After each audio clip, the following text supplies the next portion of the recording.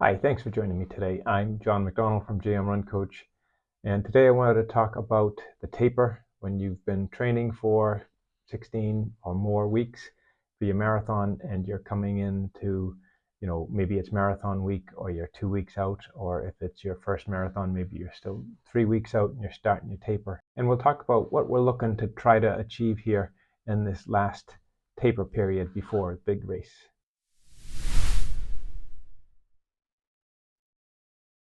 So let's start with how long should your taper be? That is going to differ on several different factors. For every athlete, it's going to be a little bit different. If it's your first marathon, you'll be looking to reduce the weekly volume as well as the length of your weekly long run. You're gradually taking that down week by week until the last week. You're probably looking at 3 runs max 4 runs, and hitting race day feeling really good, really refreshed, really recovered and strong and ready to go. If you've done a few marathons and you're really pushing for a time, you'll not want to go more than a 2-week taper. There's still a window of adaptation available to you up until about 10 days. So for somebody really chasing a time, an aggressive time, I would say go with a 10-day taper, and that gives you the biggest window of opportunity to get those last tough sessions in, the last long, maybe big long runs in, and still get all full recovery for race day.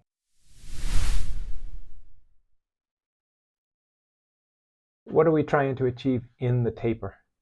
So there's a bunch of things that we can still do in the taper, even though we're not training as hard.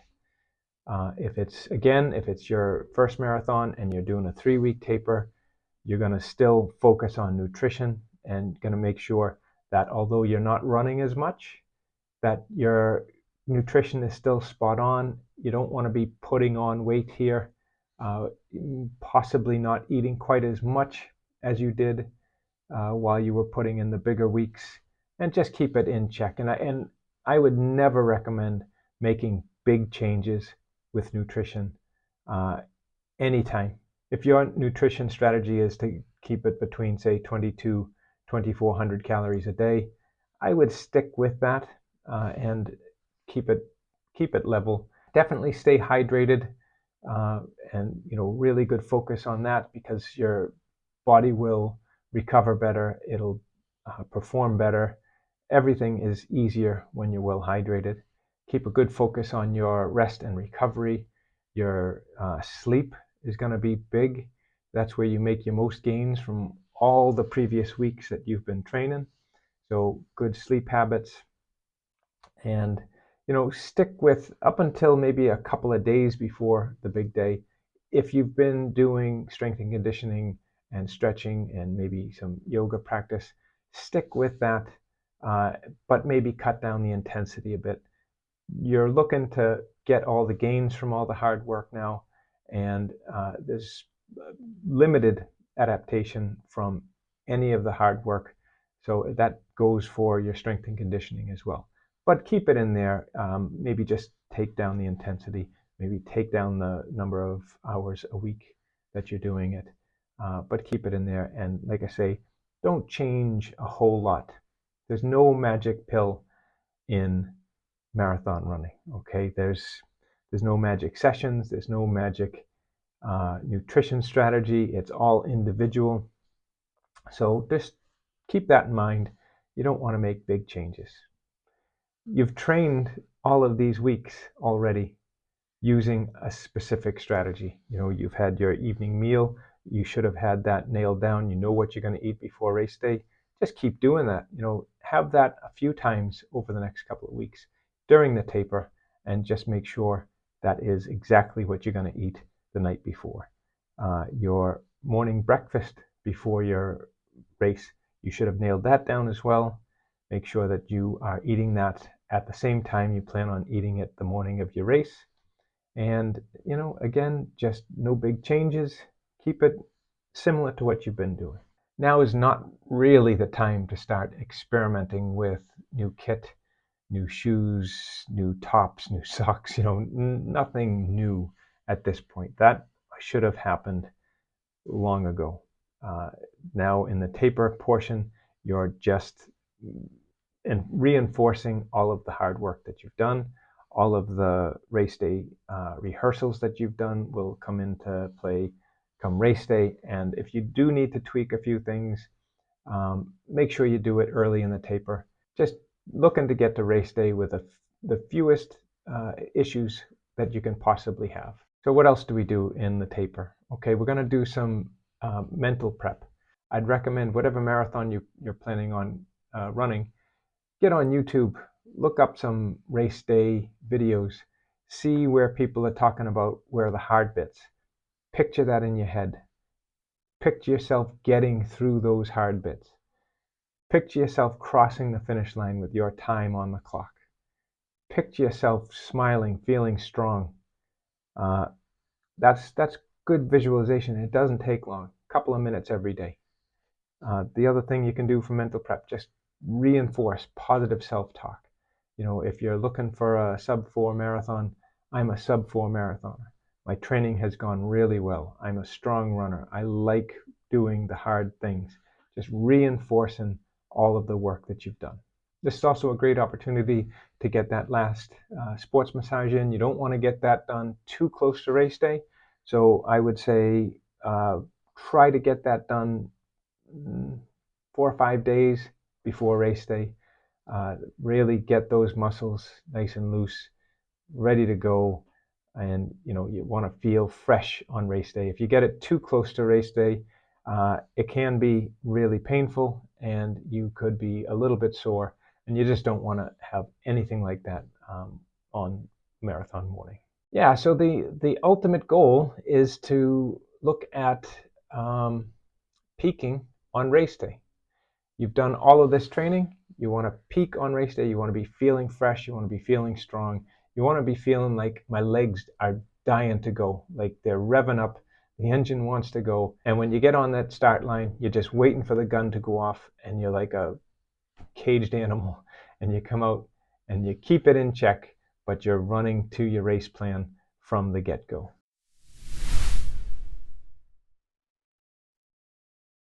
And I think one of the most important things here is no matter how many marathons you've done, you will always experience some form of doubt. Did I do enough? Am I going to be able to do what I've set out to do?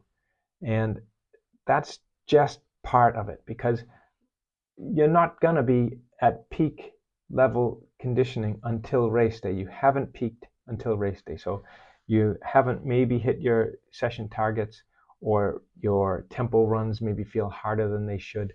But that is what we call trusting the process. In trusting the process is just feeling confident, knowing that your coach has put together a plan, you've executed the plan, you've put the work in, now you're going to rest and recover, and you're going to peak on race day.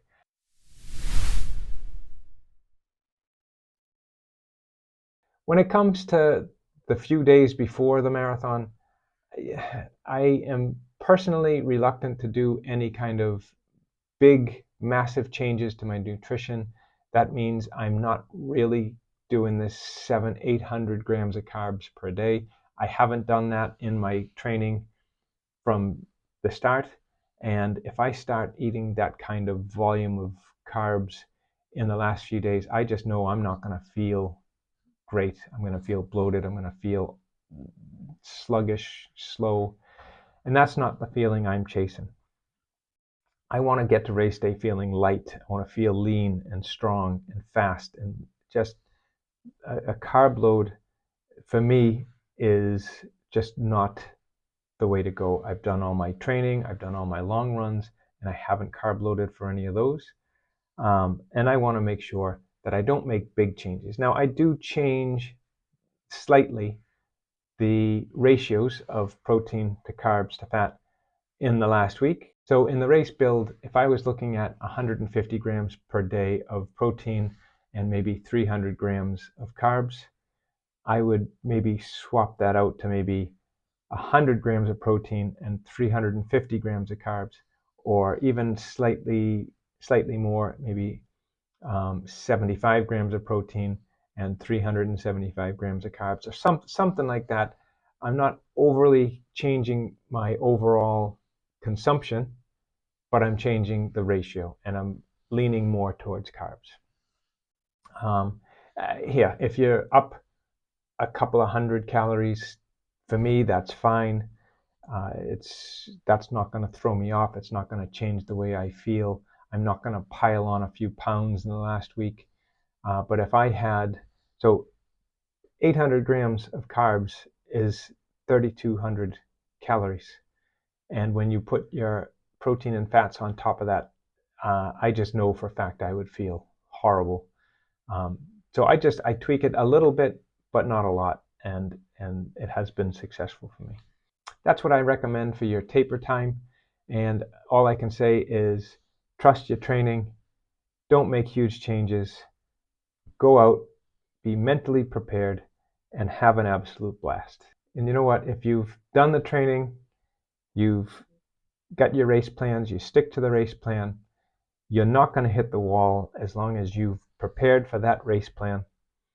The one or two things that could possibly cause you to hit a wall in a marathon that you're well trained for is lack of nutrition on the course and lack of water. So dehydration is a major issue. I suggest on the course you're taking a sip of water at every aid station, and I would also recommend you take your gels before you need them. Most of us will probably be looking at 5, maybe 6 gels over the course of a race, but it's important that you've practiced that, and if you have that strategy in mind, stick with it. Okay. If you have any questions or concerns or anything like that about an upcoming race, especially in these big majors that are coming up in the spring here, drop me a wee message in the comments and I'd be more than happy to get back to you. If you're looking for coaching, I have 3 packages available on jmruncoach.com. I have a guaranteed marathon result package, which could be interesting to some of you that have been chasing a time, or maybe you're running your first marathon and you just need that confidence boost. The guaranteed marathon result package could be right for you. But I also do weekly programs and what have you. So look it up on jmruncoach.com. I'd love to work with you. And best of luck in your spring marathon or whatever marathons you're running this year. Okay, thanks for joining me.